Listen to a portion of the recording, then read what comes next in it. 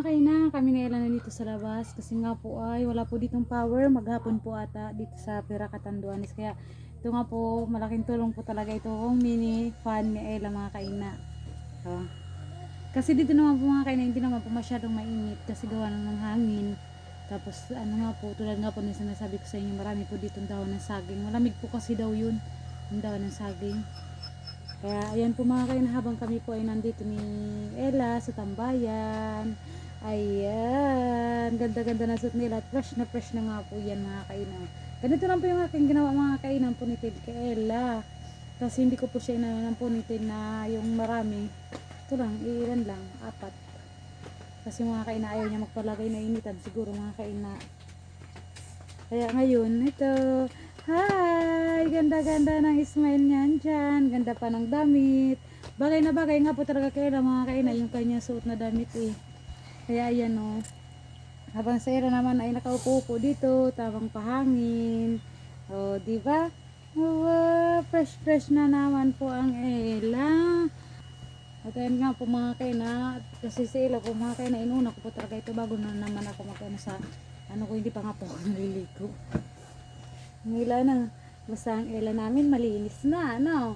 Oo, malinis na ang tit, lahat po, nakaganda-ganda siya ng ponytail.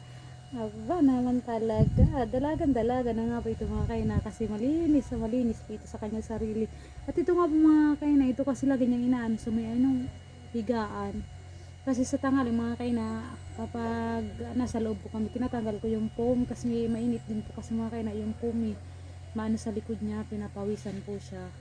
Kaya siguro nanit sa may higaan. Kaya ginagawa ko, nilalagyan ko yung pan-support po dyan, yung splint po.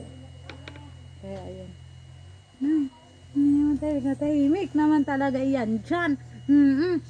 Sino ang maganda? Ha? Sino ang maganda? Ella? Maganda-ganda nga iyan dyan.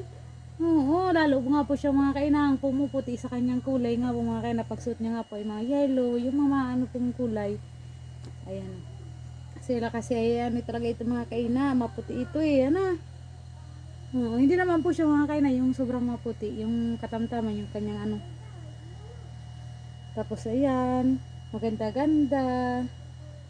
May mga ano po yan sa ano. Ayan, may mga mold po sa may mga ganito niya. Kaya yan ang aking anak na si Ella, ay matangkad na bata. Pati ito, sabi nga po nung nag-comment, matangkad daw ni Ella habang naman. Kasi nakikita po kasi mga kayo, alam niyo po yung mga bata. Kapag matangkad daw pong bata, kasi nag-comment sa akin nung ayan eh, taga ibang bansa. Nakikita dito po mga kayo, sa may ano, sa daliri niya po. Mahaba eh.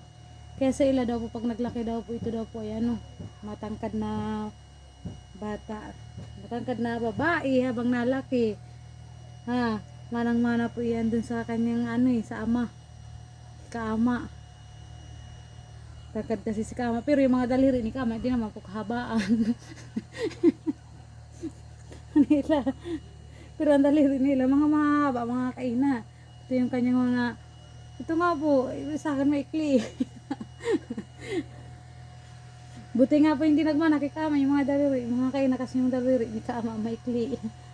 Yung Kayla naman ay kandelo ang kanyang daliri. Ayan, babay ni Kayla. Babay po.